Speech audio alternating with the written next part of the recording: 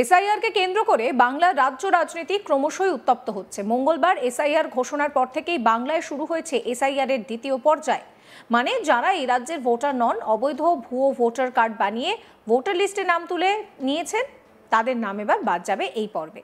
আর তা নিয়ে ব্যাপক ডামাডোল চলছে। তারই মধ্যে দেশ জুড়ে অবৈধ বাংলাদেশি ও রোহিঙ্গাদের উচ্ছেদ করা নিয়ে অভিযান চলছে। সীমান্ত দিয়ে যাতে কোনো অনুপ্রবেশকারী ঢুকতে না পারে তার জন্য বাড়ানো হয়েছে নিরাপত্তা। ভুয়ো ভোটার কার্ড বানিয়ে এদেশের নাগরিক হওয়ার পরিচয়পত্র বানিয়ে ফেলেছে। এত নিরাপত্তার পরও কিছুতেই আটকানো যাচ্ছে না অনুপ্রবেশকারীদের। সীমান্ত পেরিয়ে আসা কোনো বৈধ কাগজপত্র ছাড়াই হাজার হাজার অবৈধ বাংলাদেশিরা বিনা পাসপোর্টেই বাংলায় ঢুকে পড়ছে। তারপরই তারা একের পর এক কিন্তু ফেক আইডি বানিয়ে রাজ্যে আত্মগোপন করে বিভিন্ন এলাকায় থেকে যাচ্ছেন। আর যখনই গোপন সূত্র মারফত পুলিশের কানে খবর পৌঁছাচ্ছে, তখনই তারা পালাতে গিয়ে ধরা পড়ছে। এই রকম ঘটনা প্রতিদিন রাজ্যের বিভিন্ন জায়গায় ঘটছে। এবার ভিসার মেয়াদ উত্তীর্ণ হওয়ার পরেও বেআইনিভাবে ভারতে লুকিয়ে বসেছিল এক ব্যক্তি। প্রায় 5 বছর সীমান্তবর্তী এলাকায় সেখানে তার বসবাস ছিল। এবার সেখান থেকেই কিন্তু গ্রেফতার করা হলো এক বাংলাদেশি ব্লগারকে। আর তারপরেই নড়ে চড়ে বসেছে পুলিশ। কি উদ্দেশ্যে ওই ব্লগার ভিসার মেয়াদ শেষ হয়ে যাওয়ার পরেও ভারতে ছিল, তা নিয়ে রহস্য দানা বাঁধছে। তাহলে কি বিশেষ কোনো উদ্দেশ্যে বাংলায় বসেছিল সে? এই প্রশ্নই এখন উঠতে শুরু করেছে। নদিয়ার কল্যাণীর ঘটনা। জানা গিয়েছে ওই ব্লগারের নাম মুফতি আবদুল্লাহ আল মাসুদ। ভিসা শেষ হওয়ার প্রায় 5 বছর ধরে সে বাংলায় বেআইনিভাবে বসবাস করছে। অবশেষে গোপন সূত্রে খবর পেয়ে অভিযান চালিয়ে নদিয়া থেকে পুলিশ তাকে গ্রেফতার করেছে। সূত্রের খবর, এই ব্লগার বাংলাদেশে থাকাকালীন ঈশ্বর এবং নাস্তিকতা নিয়ে ভিডিও পোস্ট করতেন, যার কারণে সেখানকার মৌলবাদীরা তাকে খুঁজে বেড়াচ্ছিল। আর সেই ভয়েই তিনি বাংলাদেশ থেকে সোজা ভারতে চলে আসেন। কিন্তু জানা যায় যে 2020 সালে তার ভিসার মেয়াদ শেষ হয়ে গিয়েছে। তবুও সে ভারতে বেআইনিভাবে বাংলার বিভিন্ন প্রান্তে ঘুরে বেড়াচ্ছিল।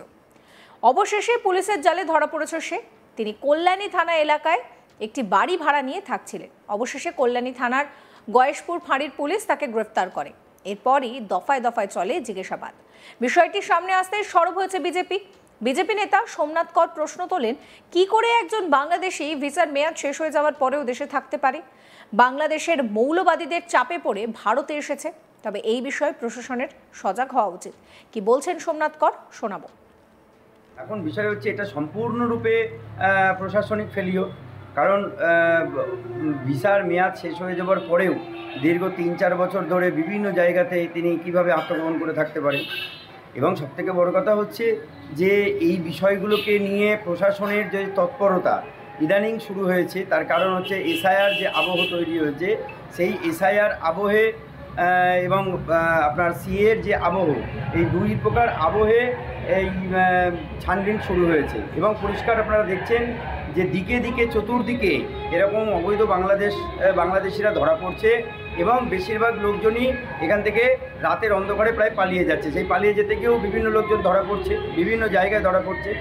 এখন ব্যাপার হলো যে এই যে ব্লগার যে আব্দুল হাফিজ সম্ভবত কি নাম, তো ইনি বাংলাদেশে মূলত ধর্মীয় উৎপীড়নের কারণেই সেখানে থেকে পালিয়েই ভারতবর্ষে এসছে বলে আমি জেনেছি। তার কারণ সেখানে তিনি মৌলবাদীদের বিরুদ্ধে বা মৌলবাদী যে মুসলিম আছে তাদের বিরুদ্ধে তিনি কলম চালাতেন এবং সেখান থেকে তারাকে তিনি ভারতবর্ষে ঢুকেছেন। এবং ভারতবর্ষে ঢুকে এর পরবর্তীতে তিনি আর পাসপোর্টটা রিনিউ করাননি এবং পাসপোর্ট রিনিউ না করানোর ফলে তিনি অবৈধভাবে এই ভারতবর্ষে থেকে গেছেন। এই ক্ষেত্রে প্রশাসন এবং আইনগত যে পদ্ধতি আছে সেটা তার বিরুদ্ধে ব্যবহার করা হবে। কিন্তু শুধু এই একমাত্র এই ব্যক্তি তো নয়, এরকম এই পশ্চিমবঙ্গের তৃণমূল সরকার তাদের নিজস্ব ভোট ব্যাংক তৈরি করার জন্যে এইরকম যে লক্ষ লক্ষ পশ্চিমবঙ্গের ভেতরে বিভিন্ন আনাচে কানাচে লুকিয়ে রেখেছে, বিভিন্ন রকমের নাম দিয়ে লুকিয়ে রেখেছে, বাবা সাজিয়ে তাদের গার্জেন তৈরি করে এখানে যে লুকিয়ে রেখেছে, এদেরকে খোঁজা কবে হবে? পুলিশ প্রশাসন তাদেরকে ধরতে কতটা সক্রিয় বা আদেও তাদের ইচ্ছা আছে কিনা, এই বিষয়টা নিয়ে আমার মূল প্রশ্ন থাকছে। তৃণমূল যেটা অভিযোগ করছে যে এগুলো অ্যাকচুয়ালি তো সীমান্তে দেখার কথা, কিন্তু সেখানকার বিএসএফের এটা পুরোটাই ব্যর্থতা। তারা বলছেন যে বিএসএফের ব্যর্থতার ফলেই রাজ্যে এভাবে অনুপ্রবেশকারীরা ঢুকছে। তৃণমূল যারা এই কথা বলছেন তাদেরকে বলবেন যে তাদের নেত্রী মমতা বন্দ্যোপাধ্যায় যে যে 50 কিলোমিটার যে কাঁটাতার দেওয়ার কথা বারবার কেন্দ্র বলছেন, সেই ক্ষেত্রে তিনি বারবার জমি সংক্রান্ত বাদ সাজছেন কেন? আজকে ওই কাঁটাতার 50 কিলোমিটার কাঁটাতার যদি কমপ্লিট দেওয়া হয়ে যায়, তাহলে ভারত সম্পূর্ণরূপে সুরক্ষিত থাকতে পারে, পশ্চিমবঙ্গ সম্পূর্ণরূপে সুরক্ষিত থাকতে পারে। কিন্তু মমতা বন্দ্যোপাধ্যায়ের জমি নীতির কারণে এবং তিনি বিভিন্ন ডিস্টারবেন্সের কারণে, এটা আপনারাও ইতিপূর্বে এগুলো দেখিয়েছেন সংবাদ মাধ্যমে, তো সেইখানে কাঁটাতার দেওয়া সম্ভব হচ্ছে না। আসলে প্রশ্ন সেটা নয়, কারণ ওইখানে যদি কাঁটাতার কমপ্লিট হয়ে যায়, তাহলে তাদের ভাইপো দিয়ে এই যে বিভিন্ন রকমের গরু পাচার, কয়লা পাচার, চিনি, লবণ ইত্যাদি, তারপরে বিভিন্ন ধরনের যে ফেনোসিল পাচার হচ্ছে, যে বিভিন্ন মাছ পাচার হচ্ছে, খাদ্যদ্রব্য পাচার হচ্ছে, পেঁয়াজ পাচার হচ্ছে রাতের অন্ধকারে, এই পাচারগুলো বন্ধ হয়ে যাবে। মূলত যেগুলো থেকে তৃণমূল আজকে এই কংগ্রেসের এই দলটা চলছে, যে অনুপ্রবেশ এবং এই ধরনের পাচার চক্রের যে টাকা পয়সা, তার বেসিসেই এই তৃণমূল দলটা চলছে। এখন এই নিয়ে তৃণমূলের তরফে সনদ চক্রবর্তী কি বলছেন শোনাবো।